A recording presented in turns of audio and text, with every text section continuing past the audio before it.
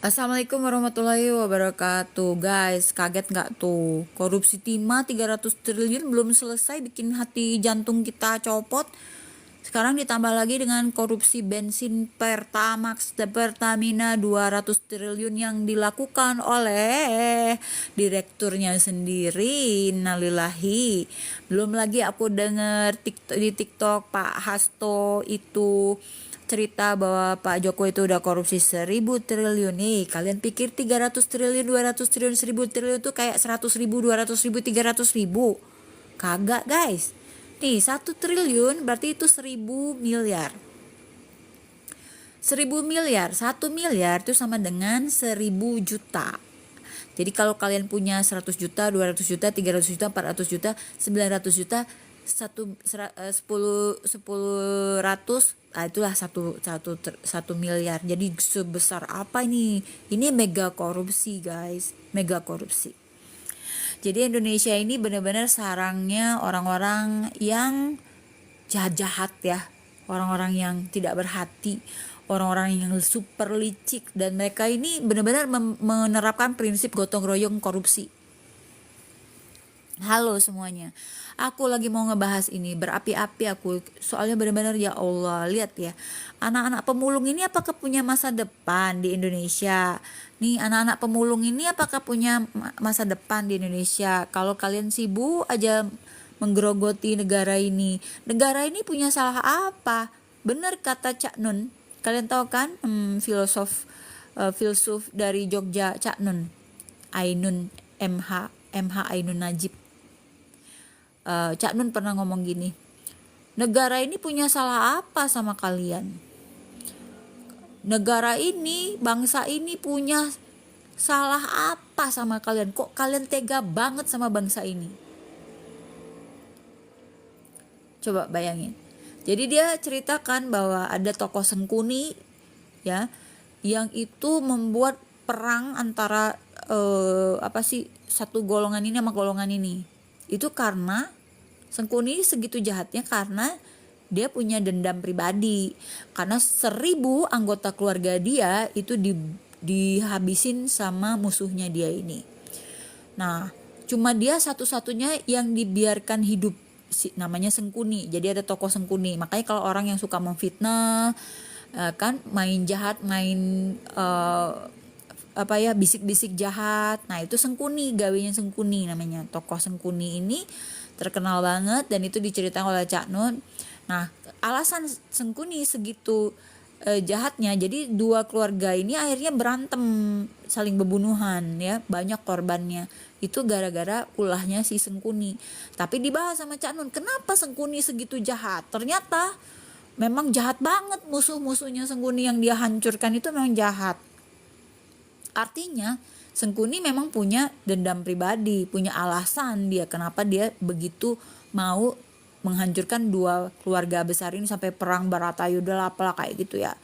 Nah, jadi Sengkuni ini seluruh anggota keluarganya sejumlah 1.000 orang, bayangin guys, ini kayak satu keluarga dihancurkan semua, kayak satu marga lah ya. Satu marga dia tuh dihancurin semua, dibunuh semua gitu loh. Tinggal dia satu-satunya yang dibiarin hidup oleh musuhnya. Kan jahat banget ya. Kalau seluruh keluarga kita mati, mendingan kita ikut mati juga ya kan. Tapi ini enggak, dia dibiarkan menderita. Jadi dia enggak mati, tapi dia dibiarkan menderita karena udah menyaksikan 1.000 anggota keluarga dia dibunuh. Cara ngebunuhnya gimana guys? Sadis cara ngebunuhnya. Jadi dari 1.000 orang ini, itu mereka dikurung ya, dikurung sehingga nggak punya makanan. Akhirnya setiap satu waktu tertentu satu orang dibunuh, dimakan.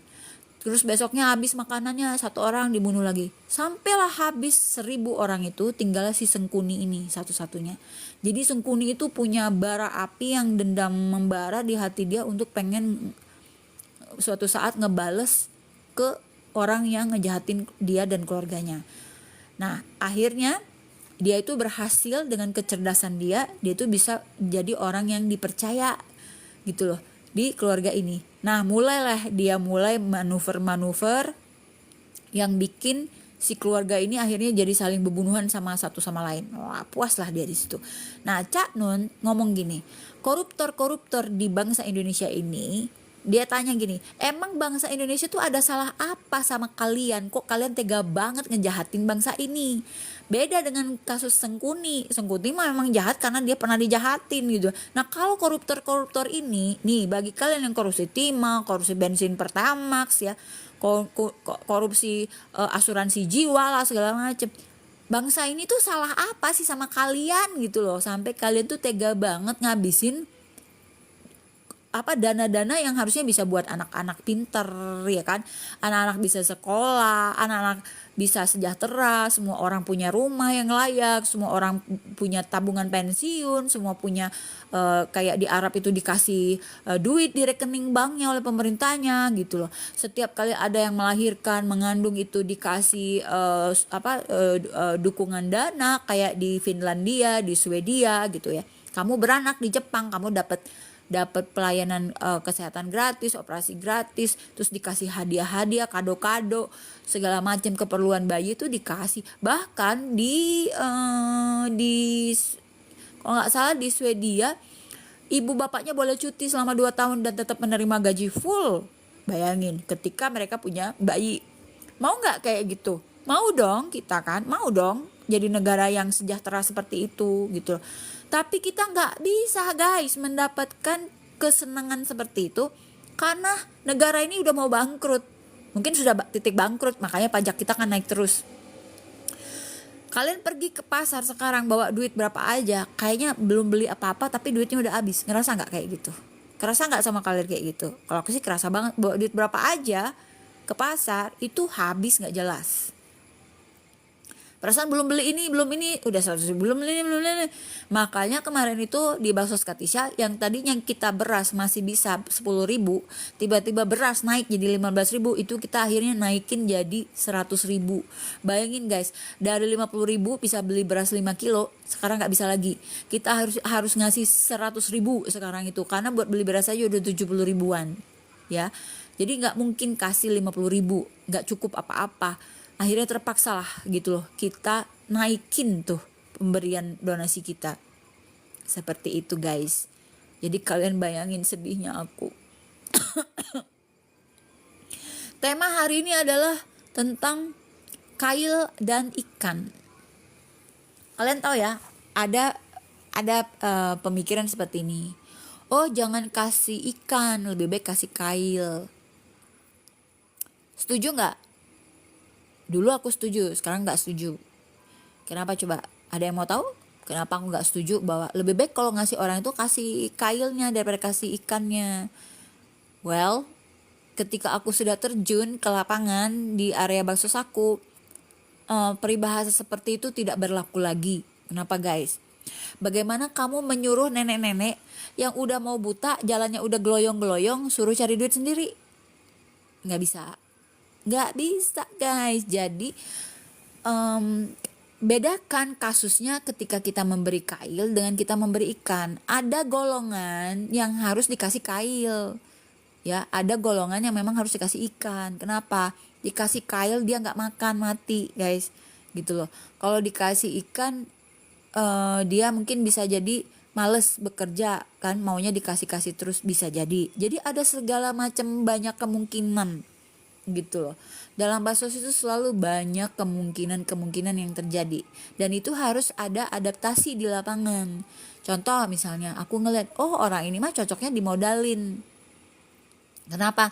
Karena dia bisa cari duit. Misalnya kayak Pak Ade kemarin yang aku interview yang kopi asongan keliling. Nah itu dia lebih bagusnya sih dimodalin usahanya. Itu berarti kita kasih kail. Tapi kalau kamu ngeliat Mak Recis ya Kak, Bu Entar yang di desa Sumedang, yang jalan, atau Bu Mi yang di Cipagalo yang sudah buta, yang gak punya siapa-siapa, disuruh kasih duit, cari duit sendiri, bisa nggak menurut kalian? Nggak bisa guys, nggak bisa. Jadi kita berbakso itu harus pinter, harus observasi di lapangan. Ini yang mau diurusin ini tipenya yang mana gitu loh. Nggak bisa kita bilang itu mah kasih modal aja. Modal kamu bisa habis gitu loh kalau dia memang butuhnya buat makan. Ada teman aku yang bikin program menyumbang 1,5 juta untuk ngebiayain orang buat usaha kopi. Ternyata nggak bisa memanage uangnya, modal habis, bangkrut, nggak bisa ya. Jadi ini susah payah gitu loh kita ngebahas kayak gini tuh. Jadi guys, di Baksos aku tuh ada yang bisa kita jadikan sebagai orang yang golongannya bisa kita kasih kail, ada golongan yang kita cuma bisa kasih ikan biar dia bisa makan. Contoh bakso Skatisa yang tipenya tuh ngasih kail. Satu, kalian percaya nggak kalau bakso Skatisa tuh pernah bikin acara tutorial makeup gitu loh. Itu. Jadi kita undang orang yang memang suka makeupin, suruh ngajarin kita basic makeup lah gitu loh. Supaya penerima-penerima bakso aku yang datang ikut kelas itu suatu saat bisa merias orang lain gitu loh. Walaupun yang diajarin cuma ya makeup biasa aja gitu doang gitu loh. Tapi jadilah kan gitu loh. Atau misalnya kita kasih kailnya tuh kita ajarin orang-orang yang merias pengantin itu bahasa Inggris. Jadi kalau misalnya suatu saat dia punya klien bule, dia bisa, atau dia mau go international dia bisa. Nah itu memberi kail ya. Atau misalnya kita kasih mereka bahasa Inggris gratis, nah itu ngasih kail guys gitu loh. Tapi pada saat aku pergi ke desa belusukan, ketemu nenek-nenek yang udah tua-tua ya kan, yang kurus-kurus, yang matanya udah nggak jelas, yang giginya udah ompong semua, udah gloyong-gloyong, jalannya udah gemeter-gemeteran. Apakah kamu bilang, Bu, sini Bu, saya kasih pelajaran makeup ya, nanti biar ibu bisa cari duit sendiri. Atau misalnya, Bu, sini Bu, ikut belajar bahasa Inggris, karena ibu teh harus bisa bahasa Inggris gitu kan. Dia bilang, saya mah buta huruf Neng. Nah gimana, jangankan ngomong bahasa Inggris, ngomong bahasa Indonesia aja kepada nggak bisa mereka itu. Jadi menurut kalian gimana prinsip seperti itu? Makanya saya tuh selalu jadi orang yang fleksibel, saya selalu jadi orang yang adaptif gitu ya, karena saya selalu dihadapkan dengan kondisi dan situasi yang berbeda-beda di setiap kali saya baksos. Contoh, di satu area bakso saya pernah menemukan di situ kasusnya anak terlantarnya banyak banget, anak yatimnya banyak banget gitu loh kasus-kasusnya. Ada satu area yang dimana nenek-neneknya yang banyak gitu loh, yang lansia-lansianya yang banyak, atau misalnya kasusnya tuh janda-janda yang banyak, pengangguran semua yang banyak. Nah gimana itu, beda-beda gitu ya, menanggulangin kasus-kasusnya tuh beda-beda gitu ya kan, seperti itulah. Jadi kayak kita ngeliat aja dulu, ini kita tuh mau bikin baksos itu makanya perlu observasi, nggak bisa langsung aku mau bikin ini. Nah kamu nggak tahu mau bikin itu di mana, kamu belum tahu lokasinya di mana, wilayahnya kayak apa, demografinya gimana, orang-orangnya kayak gimana, apakah yatimnya banyak, lansianya yang banyak, apa kasus-kasusnya belum tahu, nggak bisa. Makanya harus ada pre-observasi gitu loh. Jadi tanya-tanya dulu sama orang lokalnya, dulu di sana kasusnya gimana, orang-orangnya kayak gimana, apakah di sana banyak anak yatimnya, apakah banyak nenek-neneknya. Nah itu harus, nah seperti itu. Contoh ya, waktu aku program baksos di Majalaya, ternyata di situ banyak kasusnya anak-anak gitu loh.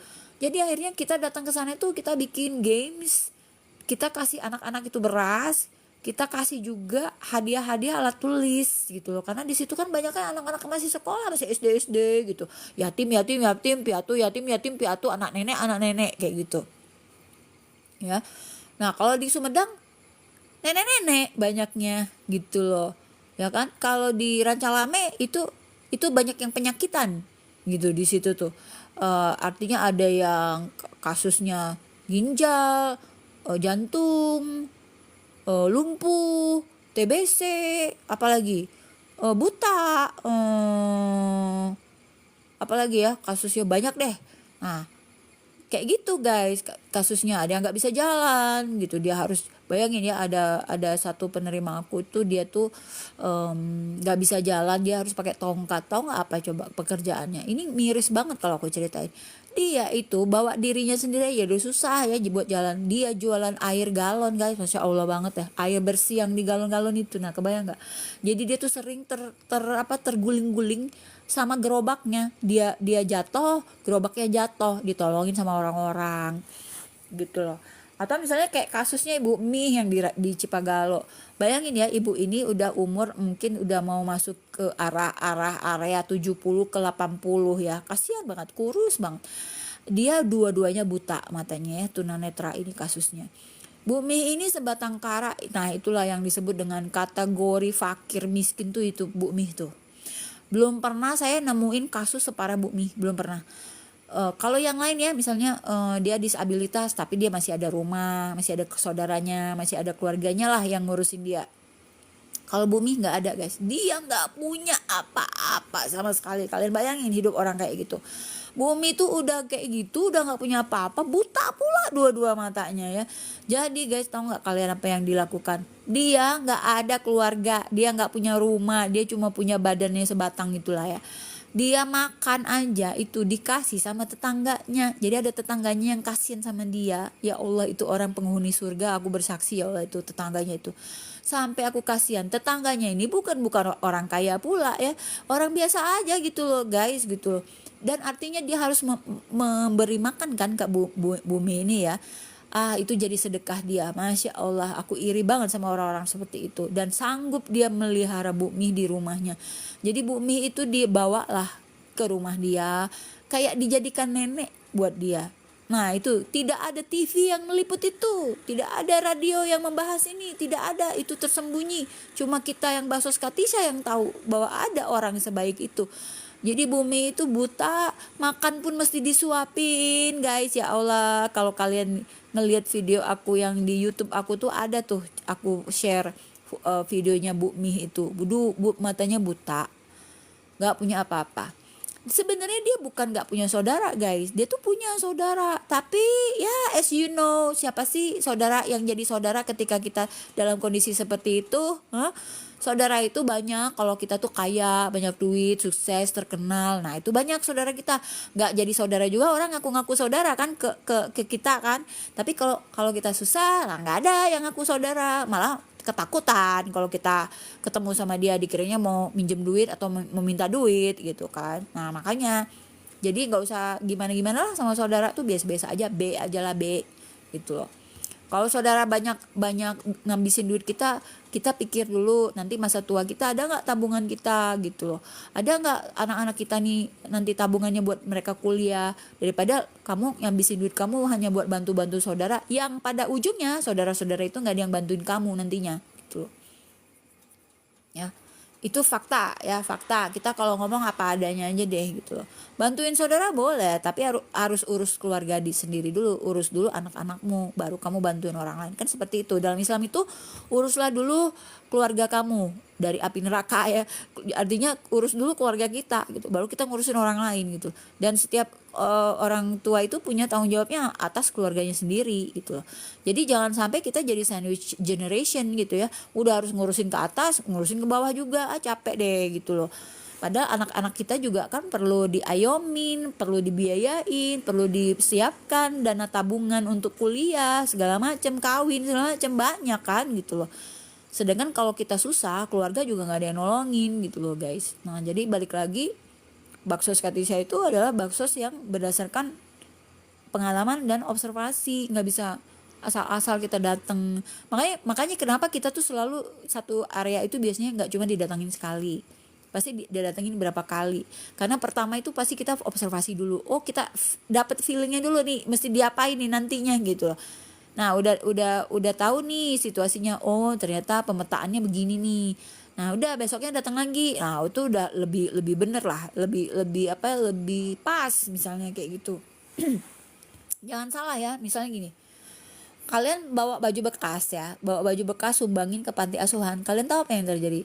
Baju kalian tuh nggak dipakai sama mereka. Saya nggak kalau aku ceritain ini. Kenapa? Karena aku pernah baksos di sebuah panti yang bagus di Garut.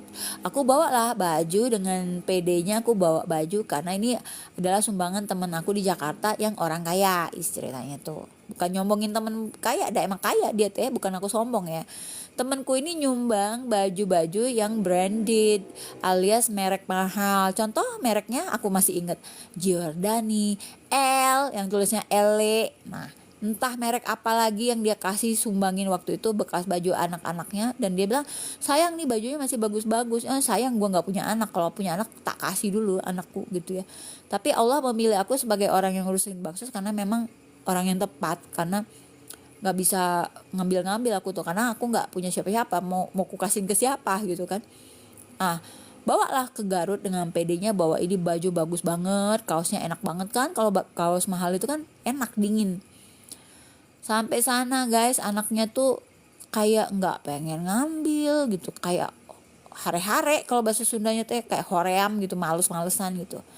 Akhirnya datanglah si bibi pengasuhnya. Si bibi itu ngomong gini, manggilnya bibi ya. Bibi itu ngomong gini, Neng Nunun cenah, kaget ya kalau ngelihat anak di sini ya cenah. Di sini mah anaknya teh olo-olo cenah. Olo-olo tuh belagu gitu, manja gitu. Bahasa Sunda itu. Di sini mah anaknya olo-olo cenah. Olo-olo gimana bi? Iya di sini tuh ya katanya. Kalau nggak baju baru nggak mau cenah, anak-anak di sini teh belagu gitu.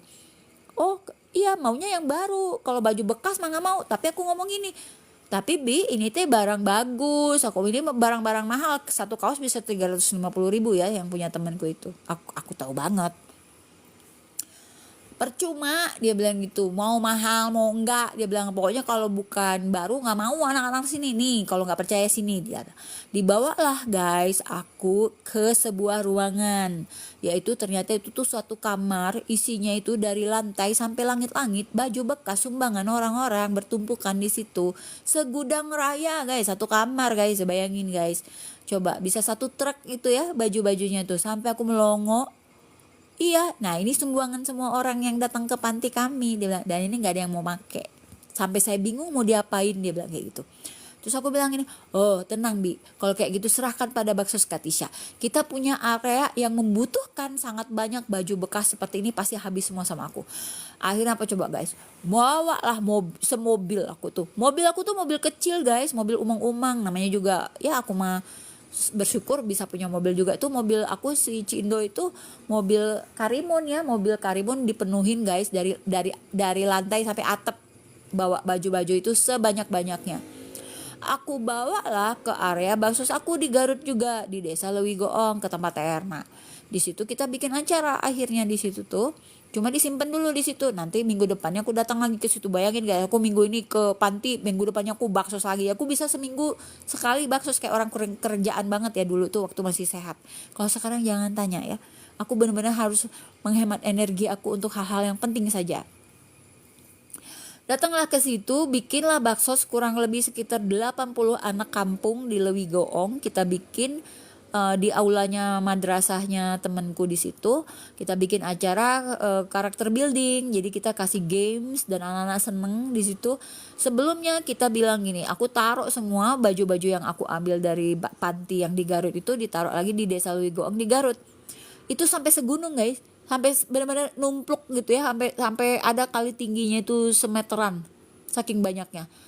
Aku bilang gini, ini baju kalian boleh bebas ambil sesuka hati, pilih yang mana cocok buat kalian. Tahu nggak apa yang terjadi? Diserbu, hayo serbu, wow, pada heboh, pada rebutan, pada ngambil. Tahu 5 menit selesai, habis itu. Jadi ada kesenjangan kan antara yang terjadi di panti asuhan dengan anak-anak marginal yang belum pernah ada yang bantuin sama sekali. Jadi sejak itulah aku tidak mau lagi bantu panti asuhan, karena sebenarnya mereka udah over dengan donasi, dengan dana segala macem. Akhirnya lebih baik aku nggak nyamaratain, tapi apa yang aku lihat seperti itu ya guys. Disclaimer dulu nih. Jadi akhirnya aku mutusin anak-anak marginal di kampung, di desa, itulah anak-anak termarginalkan yang sebenar-benarnya. Kenapa? Karena orang nggak tahu kalau mereka tuh susah, kalau nggak orang-orang yang tahu-tahu aja gitu loh. Nah akhirnya dari situ setiap kali aku baksos, akunya ke kampung-kampung, ke desa-desa, nolongin anak yatim, piatu, nenek-nenek gitu ya, yang disabilitas, yang sakit segala macem, yang stroke, yang apa, udah nemuin segala macem. Ya, orang gila juga ada guys gitu loh. Nah dari situ aku sadar bahwa ternyata kita ini tidak pernah mau berpikir tidak pernah mau berpikir. Contoh lagi kasusnya, satu saat saya lagi habis bikin pembinaan karakter di sebuah panti. Ini panti bagus, panti mewah, panti bagus lah ya, panti yang banyak duitnya lah. Mereka sampai, nih aku kasih tahu ya, kenapa aku tahu mereka banyak duit, karena salah satu pengurusnya itu deket sama saya dan bilang, kita tuh butuhnya yang kayak Bu Nunun. Dia bilang, kita butuh yang bisa membina karakter anak-anak. Kalau sumbangan kita udah banyak, kita tuh udah duitnya udah miliaran, dia bilang, sampai kita udah nggak tahu lagi mau diapain lagi, udah bangun katanya, udah bangun 3 lantai loh guys, mereka panti asuhannya tuh. Tapi yang kita butuhkan tuh yang bawa program edukasi mental seperti aku. Mereka sangat suka kalau aku datang ke situ, aku di welcome anytime ya. Cuma aku ngerasa mendingan aku ngurusin anak marginal di daerah-daerah, desa-desa itu yang belum pernah ada yang ngurusin mereka, biar aku yang ngurusin mereka gitu kan. Karena kita harus selektif ya, kita harus memilih kan. Kemudian abis itu lagi bulan puasa. Abis selesai aku mau pulang, Pak saya permisi pulang, udah selesai programnya. Makasih Bang. Tapi dia bilang jangan pulang dulu, Bu Nunun buka di sini. Saya bilang enggak Pak. Akhirnya dia bilang jangan, katanya nggak usah sungkan. Dia bilang, dia kasih aku nasi kotak nih buat buka puasa. Pak saya nggak mau terima, saya bilang, kan ini buat anak-anak panti, saya bilang kayak gitu. Bu Nunun katanya jangan kayak gitu, ambil aja, banyak kok, banyak tuh. Kalau nggak percaya, tahu nggak apa coba yang aku alami? Dibawalah aku ke sebuah ruangan kantor mereka, dan di situ aku belongok guys, bengong aku guys. Bengongnya kenapa coba? Bengongnya kalian tahu nggak kenapa aku bengong? Karena ternyata satu ruangan kantor mereka tuh penuh dengan nasi kotak. Ada 1000 kotak mungkin satu ruangan itu guys, banyak banget gitu loh. Sampai nggak bisa jalan lagi, penuh dengan nasi kotak. Satu tumpuk itu bisa 5 sampai berapa, 5 anggaplah 7 dus misalnya. Nah itu penuh guys, satu ruangan itu ada 1000 kotakan lebih. Sampai si bapak yang ngomong gini, tuh kan nggak percaya katanya, ini nih Bu Nunun, kami sudah bagi-bagiin ke tetangga, udah bagiin ke tukang-tukang katanya, tapi masih banyak aja. Dia bilang, kita bingung nih mau dikemanain ini nih nasi kotak ini, kan kita makan paling cuma 1 kotak 1 anak, ini yang nyumbang segini banyak nih. Ini satu rahasia yang kalian pada nggak tahu ya tentang panti. Nah makanya pengalaman itu benar, jam terbang itu benar. Kalau nggak, saya nggak tahu nih, kalau saya nggak sering bergaul sama orang-orang panti, saya nggak tahu kenyataan ini. Akhirnya apa coba, apa yang terjadi? Akhirnya saya kaget segitu banyak nasi kotak yang tidak disalurkan ya, karena sudah kekenyangan. Jadi anak panti itu pinter, jadi kalau misalnya ada yang nyumbang hokben, nah itulah yang dimakan sama mereka. Kalau kamu nyumbang nasi kotak cuma dimasak rumahan, nggak ditoleh sama mereka. Jadi mereka tuh udah dimanjakan oleh keadaan gitu loh. Anak panti tuh enak-enak loh sebenarnya. Makanya kenapa ada orang yang nggak mau masukin anaknya panti, padahal masukin aja ke panti, enak jadi anak panti tuh gitu loh ya. Cuma pilih-pilih pantinya ya. Akhirnya apa coba guys? Akhirnya bapak itu bilang, Bu kita nggak tahu lagi nih mesti kasih siapa, apa Bu Nunun bisa katanya bantuin kita buat nyalurin ini. Aku langsung jawab, bisa. Aku bilang bisa Pak, aku bilang kayak gitu. Masukin mobil saya, nanti saya bagiin ke semua orang yang saya temuin di jalan, mau tukang beca, gojek segala macam. Bener guys, dipenuhin tuh. Bawa sampai berapa ya waktu itu kemarin tuh, banyak deh pokoknya satu mobil. Jadi guys, aku tuh nyetir pulang itu, setiap kali ada tukang beca aku teriakin, Pak ini ada nasi kotak, sampai habis cuman tinggal sisa berapa ya, 2 apa saya pakai buat sahur akhirnya, apa 3, saya cuma bawa 3. Nah selebihnya saya kasihin semua ke yang pakai motor, yang apa, saya sedekahin di jalanan. Itu seru banget. Nah jadi buat kalian yang mau sedekah kayak gitu, mendingan kalian mendingan kalian tanya dulu deh, Pak Bu pantinya udah banyak belum yang nyumbang, soalnya saya mau nyumbang. Soalnya apa coba, nggak kepake guys. Dan itu dialami juga oleh temanku waktu dia mau pengajian untuk suaminya yang baru wafat. Dia kirim nasi kotak ke panti itu ya ternyata sudah banyak nasi kotaknya. Jadi kalau acara buka puasa bersama itu mbok ya jangan di panti, udah kebanjiran, mereka udah kebingungan mau sedekahin kemana itu nasi kotak kalian itu. Karena semua orang berpikirnya sama kan, ah mau sedekah panti, mau kasih zakat panti. Nah begitulah akhirnya panti tuh numpuk gitu loh. Nggak pernah kan kepikir kalau kalian tuh harus misalnya ke bakso Katisha misalnya kayak gitu. Gitu loh. Terus yang lebih seru lagi tuh waktu kita sedekah tuh tentang sedekah itu waktu tante saya nikahin anaknya. Tante nikahin anaknya, anak pertamanya itu banyak banget yang ngasih kue-kuehan. Ngasih kuenya tuh bukan yang jelek-jelek guys, yang bagus-bagus, yang kayak kue tampah yang selebar-lebar apa gitu ya, yang diameternya mungkin 60 cm. Nah itu bisa ada 20 tampah gitu ya yang nyumbang. Nah kan tantenya bingung, ini mau dikasihin ke siapa 20 tampah gitu kan. Kasihin ke anggota-anggota anak buahnya udah, kasihin ke siapa-siapa yang kerja di rumah udah. Akhirnya aku bilang gini, tuh aku panggil gini, tuh ini kalau kue-kue ini nggak disedekahin sekarang besok basi. Kulkas kita udah penuh, kulkas segede-gede gaban tuh udah penuh sama makanan yang lain gitu kan. Apalagi sisa-sisa dari pengajian itu kan banyak banget ya makanannya, itu nggak habis, mau taruh semua di kulkas kan gitu. Gue bilang ini kalau kayak bangsa misalnya gini loh, kue-kue tampah gitu kayak misalnya kue-kue jajan pasar lah gitu. Teh gini aja deh teh, aku bilang izinkan aku bawa kue tampah ini untuk aku sedekahin. Ya terserah kamu aja deh, masukin ke mobil aku. Itu dari Cibiru guys. Sepanjang jalan itu guys, kita nemu anak-anak pengamen jalanan kan. Kita turun, kita berhenti. Dek, ini ada kue. Apa yang mengharukan? Mereka tuh kaget dikasih gitu. Langsung mereka jongkok, duduklah mereka tuh jongkok berkeliling setampah itu sambil nyobain enak-enak. Makasih bu, makasih banget gitu. Nah stopan lagi, kita berhenti lagi, kasih lagi ke anak-anak yang ngamen-ngamen di jalanan.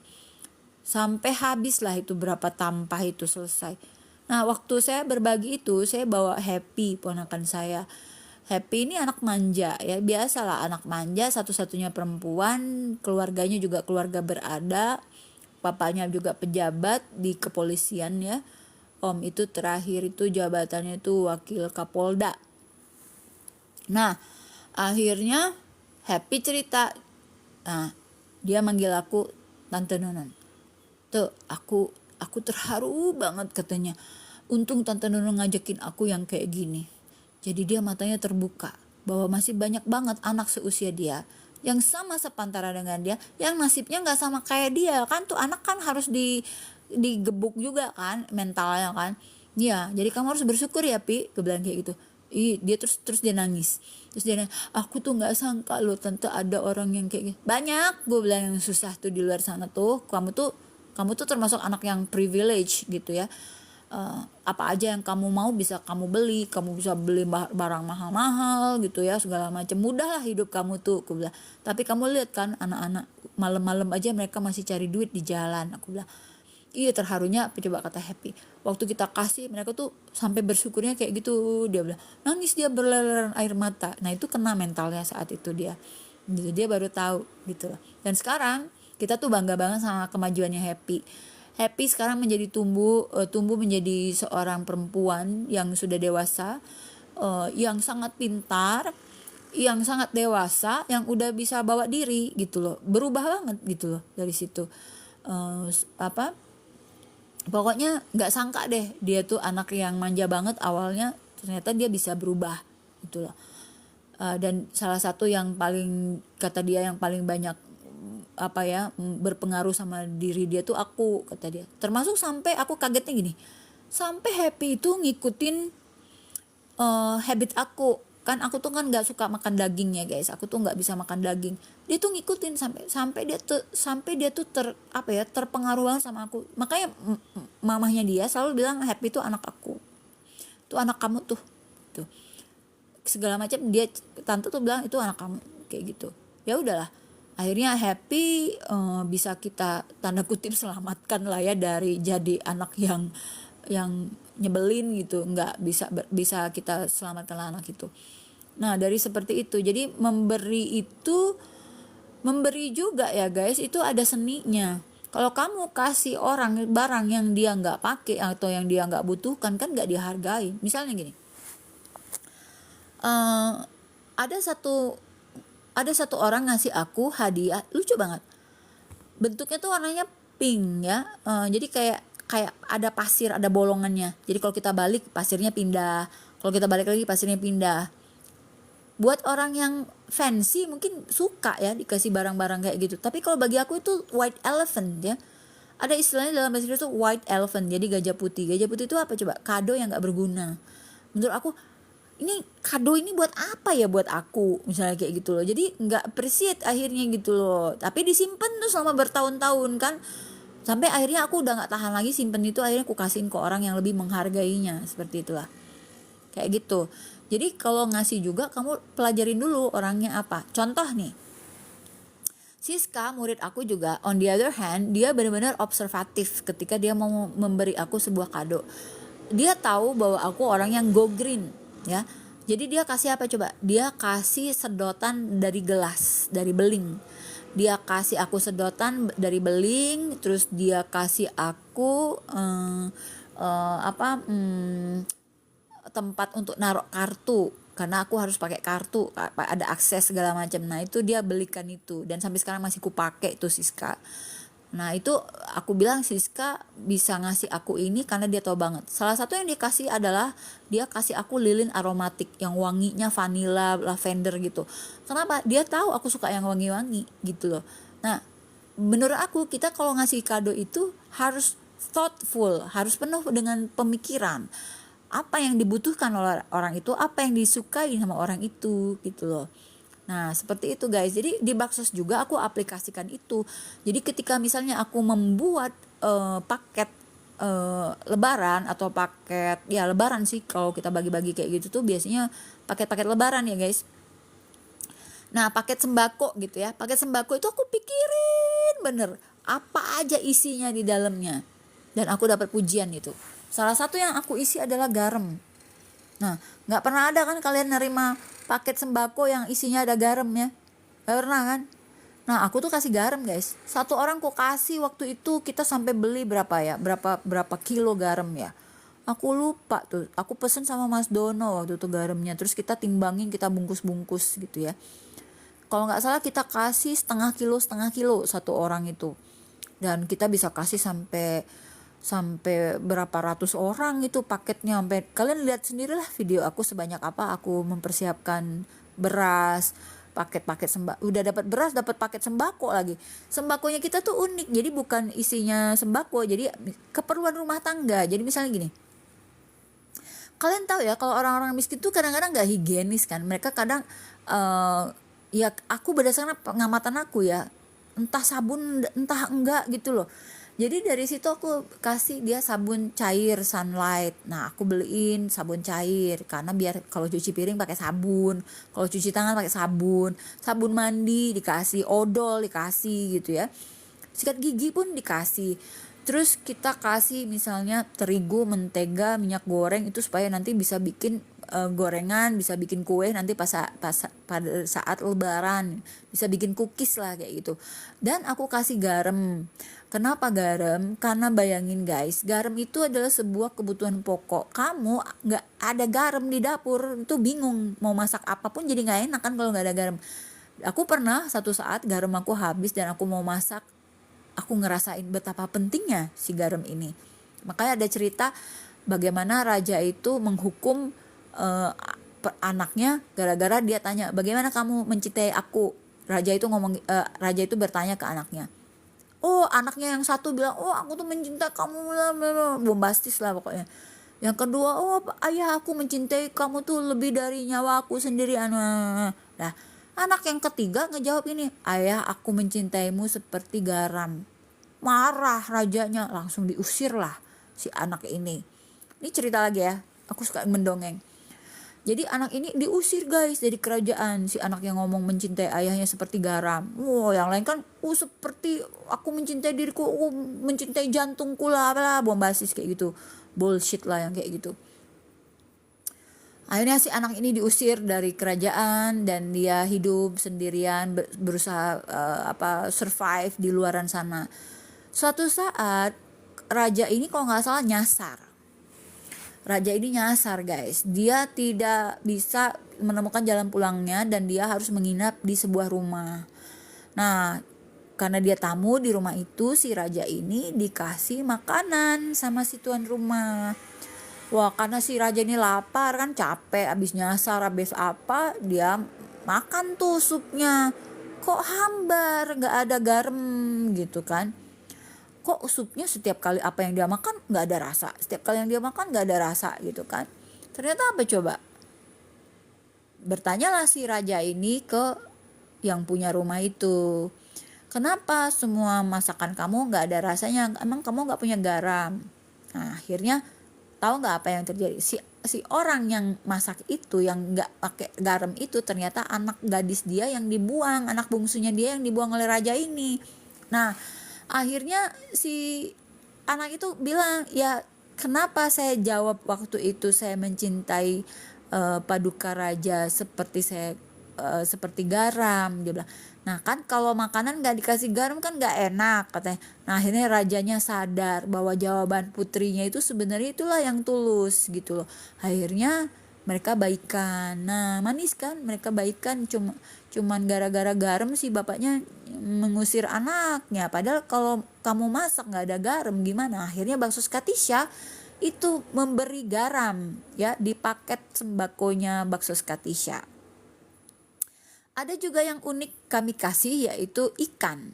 Jadi kami kasih ikan. Jadi aku kasih ikan, setiap orang dapat satu bungkus ikan, isinya tuh kurang lebih 5 ekor. Ya, kenapa guys? Gini, kalau orang miskin itu kadang-kadang kan dia nggak ngerti gizi, nggak ngerti pikiran tentang nggak punya pengetahuan gizi, atau memang nggak punya duitnya gitu loh. Sedangkan ikan itu bagus untuk dikonsumsi, untuk kecerdasan, ya, untuk daya tahan tubuh segala macam. Akhirnya aku beli tuh berapa puluh kilo ya, berapa puluh kilo ikan dari Mas Dono. Diantar sampai satu becak itu, satu baskom besar. Dan itu kita pilah-pilah, kita bagi-bagiin. Satu orang dapat 5 ekor. Dan mereka pulang dari baksos kita itu bisa langsung tinggal masak nasi dan makan ikan itu. Jadi happy gitu loh, Baksos Katisha tuh baksos happy. Cuma capek banget guys ngurusin baksos ini sendirian tuh capek.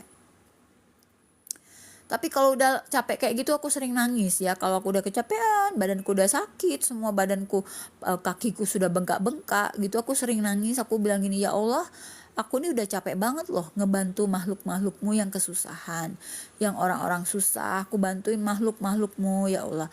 Kalau aku sampai amal aku nih nggak engkau terima, nangis guys aku bakalan sedih banget. Aku bilang kayak gitu, karena aku tuh udah capek banget. Aku udah ngurusin orang-orang ini gitu, ngurusin baksos aku, nyari dananya, dari ngurusin programnya sampai tenaganya semua aku sendirian.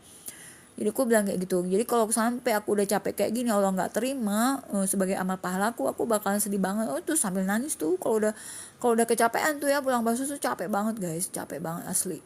Kalian bisa lihat dari video-video aku jalan kaki aja berapa kilo aku jalan kaki gitu ya. Jadi kalau aku habis bakso tuh kompresan badanku itu guys, kakiku tuh sampai bengkak-bengkak gitu. Dan aku 2 hari pasti tewas. 2 hari pasti aku gak bisa fungsi sebagai orang normal ya. Aku pasti tergeletak. Kayak gitu, capek banget. Nah, jadi banyak cerita nih di Baksos Katisha. Jadi sebenarnya balik lagi, temanya kan kail atau ikan. Ya tergantung kondisi di lapangan. Kalau perlu kasih kail ya kasih kail, kalau perlu kasih ikan ya kasih ikan. Misalnya orang udah kelaparan banget, kamu bilang, kamu harus belajar dulu ya biar kamu bisa menjahit, terus kamu bisa jual jahitannya, lama banget.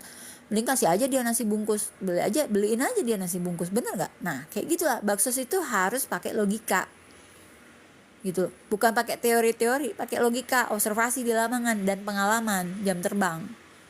Bahkan aku bisa tahu orang itu susah atau enggak, bisa aku lihat dengan mataku, dengan mata batin aku tahu ini orang susah, ini orang bohong-bohongan susah. Bisa tahu guys, bisa ketahuan, dan pasti ketahuan, gitu loh. Dan pasti ketahuan cepat atau lambat, orang yang pura-pura susah di baksos aku itu pasti ketahuan. Kita pernah ada orang yang sampai nangis-nangis di baksos kita, kayak orang paling menderita sedunia gitu ya, kayak orang paling miskin sedunia gitu. Pas aku masuk ke rumahnya, segala alat elektronik ada guys, kan ketahuan akhirnya. Makanya orang lokal itu nggak berani macem-macem, nggak berani nipu-nipu data penerima aku. Kenapa? Karena mereka cerita sendiri, kita nggak bisa katanya misalnya ngebohongin Bu Nunun katanya. Kenapa? Karena Bu Nunun langsung datangin rumahnya, penerima itu didatangin langsung sama aku satu persatu guys, gitu loh. Umumnya aku datangin satu persatu ya, gitu loh. Selama masih bisa dikunjungin, ku kunjungin. Atau minimal aku cari informasi dari orang-orang lokalnya, ini benar nggak orang ini bisa masuk penerima aku atau enggak, orangnya kayak gimana, kehidupannya kayak gimana, itu diselidikin dulu guys, satu persatu ditanya pasti. Kalau ada yang lolos ya, kalau ada yang lolos, kan ada aja yang ngelolosin kan kalau udah lagi rame-rame gitu, habis itu sama aku. Kalau sampai ada yang berani nipu-nipu aku, habis itu, ku habisin gitu loh. Aku tangan besi guys, kalau ngurusin baksos ini aku harus tangan besi, nggak bisa aku nggak tangan besi, karena peluang orang untuk memanfaatkan baksos aku pun juga banyak. Nah ini fakta yang kalian nggak tahu kan, gitu loh. Tapi kemungkinan itu sangat jadi kecil gitu loh, karena benar-benar teliti gitu loh, dan mereka tahu bahwa ini nggak bisa dimainin nih ibu satu ini gitu loh. Kalau ada yang mainin, habis kan. Udah pernah kejadian ada yang ku habisin kan gitu. Habisinnya gini loh, aku permalukan juga dia gitu. Aku ceritain bahwa kelakuan dia kayak gini, kayak gitu loh. Nah akhirnya seperti itulah ya cerita baksos Katisha. Dan alhamdulillah setelah aku pikir-pikir ya, kita ini udah ngebantu sekitar kurang lebih ya mungkin dari pertama kali bakso sampai sekarang mungkin udah 2000 orang yang kita bantu. Dan jumlah uang total yang pernah kita kasih itu mungkin aku udah males ngitungnya guys, asli udah nggak kehitung ya. Setiap kali bakso pokoknya ada duitnya. Itu aku hitung ya, mungkin sekarang udah nyampe sekitar kayaknya udah mau di atas 100 juta, udah lebih ya. Mau nyampe 200 juta kayaknya nih. Gitu loh totalnya kita kasih itu. Karena dalam 1 tahun itu kita baksos bisa berapa kali gitu loh. Bisa berapa kali dalam baksos ini, contoh kita ke Sumedang aja udah 3 kali ya kan. Nah ke Sumedang aja udah 3 kali, belum baksos yang nasi padang yang kita bagi-bagi untuk orang-orang di pasar itu setiap bulan, bayangin. Nah itu udah dana berapa, hitung aja sendiri. Belum lagi kalau lebaran kita bagi-bagi lagi zakatnya, duitnya segala macam banyak. 1 kali lebaran itu kita pernah ngabisin sampai 15 juta untuk dibagi-bagiin ke orang-orang yang memang masuk penerima kita. 15 juta guys, dana pribadi saya dan teman-teman. Bangga nggak? Bangga. Kenapa? Kebanyakan orang kan baksos cuma setahun sekali. Baksos Katisha itu berkali-kali dalam 1 tahun, bahkan 1 bulan tuh bisa berkali-kali gitu. Dan satu wilayah tuh nggak cuma sekali dikasihnya, berkali-kali. Bakso Sumedang aja kan udah 3 kali gitu loh. Kalau yang paling banyak itu Lewi Goong, itu udah berkali-kali, itu sampai berapa tahun. Ada satu nenek-nenek yang di deket sini, di deket tempat aku tinggal, itu kita nyantunin dia setiap bulan 2 tahun loh. Selama 2 tahun kita nyantunin dia terus selama 2 tahun. Nah itu gimana ngitungnya kalau kayak gitu? Kalau mau hitung orang atau mau hitung dana, udah bingung ngitungnya. Karena orangnya bisa sama, tapi kita ngasih dia bisa sampai berapa tahun gitu ya. Nah, atau bisa kalau mau hitung desa, satu desa kita bisa kunjungin berkali-kali juga gitu loh. Dan sampai akhirnya kita pindah. Contoh Rancalame, kita bantu Rancalame itu kalau nggak salah kurang lebih setahunan. Nah itu setiap bulan dikasih, semua penerima di sana setiap bulan dapat kayak gitu. Sampai akhirnya kata temanku, pindahlah katanya ke desa yang lain, nanti ketergantungan. Nah itu baksos Katisha tidak mau membuat penerimanya jadi bergantung sama baksos kita, karena kita bukan ATM berjalan. Kita masih banyak area-area lain yang harus kita garap juga, yang harus kita bantu juga, nggak cuma area-area itu aja. Jadi biasanya ada hitungannya berapa kali kita bantu satu tempat ya. Misalnya let's say 3 kali, 4 kali, 5 kali kayak gitu. Sekarang dibatasin kayak gitu. Kalau dulu bisa sampai 2 tahun satu orang itu gitu loh guys. Oke lah teman-teman, ceritanya begitu ya. Udah berapa jam ini ngocehnya? Oke lah. Yang pasti ini ya, tulisan aku korupsi timah 300 triliun, korupsi Pertamax di Pertamina 200 triliun. Katanya aku nonton Pak Hasto cerita bahwa di pengadilan itu Pak Jokowi korupsi 1000 triliun. Enak banget ya kalian tuh korupsi-korupsi kayak gitu ya, sedangkan kami rakyat bawah ini cari duit udah susah banget, pengeluaran udah besar, cari duitnya udah susah, mau dibikin kurus semua kali kita tinggal tulang kering aja kali kita ya gitu ya. Kalian bermewah-mewah di atas bangke kami ya gitu loh, bangke lo pada gitu loh. Emang setan semua nih orang-orang nih. Nah ini balik lagi guys, kenapa bisa kayak gini? Karena kita kehilangan pendidikan karakter, pendidikan akhlak. Budi pekerti udah dicabut ya kan, agama udah dicabut, mau jadi apa ya? Kayak gini lah kerusakannya. Dan yang hal-hal kayak gitu tuh kan harus dibina dari kecil gitu loh. Nah akhirnya apa coba, orang-orang kita itu banyak kan masuk penjara akhirnya gitu loh, menjadi orang yang hina dan dihinakan oleh Allah. Jadi ada ayat di Al-Quran yang bilang begini, bahwa Allah itu akan memberikan hukuman udah pasti di akhirat, dan itu adalah hukuman yang seadil-adilnya. Kamu mau dicelup-celupin di timah panas ya kan, tenggorokan kamu dikoyak dengan duri-duri, itu terserah Allah ya, suka-suka dia aja gitu. Tapi di Al-Quran itu juga ayat itu ngomong gini, ayat itu bilang begini, bahwa Allah tidak hanya akan menimpakan hukuman di akhirat tapi juga di dunia ya. Kenapa? Nah itu ada lagi penjabarannya, kenapa Allah kok kasih hukuman juga di dunia. Contoh seperti ini kan, mereka kebongkar kan kejahatannya, ini adalah sebuah hukuman buat mereka kan, belum lagi hukuman penjara dan terhina gitu ya. Jadi ada dijelasin di ayat berikutnya itu dijelaskan bahwa Allah memberikan hukuman orang yang zolim itu di dunia dengan dua alasan. Pertama, membuat mereka hina. Yang kedua, menjadi pelajaran buat yang lain. Dahsyat kan Al-Quran, udah ada jawabannya. Aku merinding guys waktu aku ketemu ayat itu gitu loh. Jadi kita lihat aja orang-orang yang zolim sama kita biasanya ya kan susah hidupnya gitu loh. Itu baru hukuman di dunia, belum nanti dia dicelup-celup ya kan. Nah dicelup-celup kayak teh celup gitu. Nah tapi di timah panas, yang teriakan orang di neraka itu sudah kedengeran dari berkilo-kilo jauhnya. Teriak-teriaknya tuh wah seru. Kalau itu juga penjabaran tentang neraka kan ada. Kalau kalian percaya sama Nabi Muhammad, kalian percaya sama neraka. Jangan setengah-setengah gitu loh. Jadi buat orang yang udah ngerti bahwa korupsi nggak bagus, korupsi jahat, korupsi itu gawenya setan.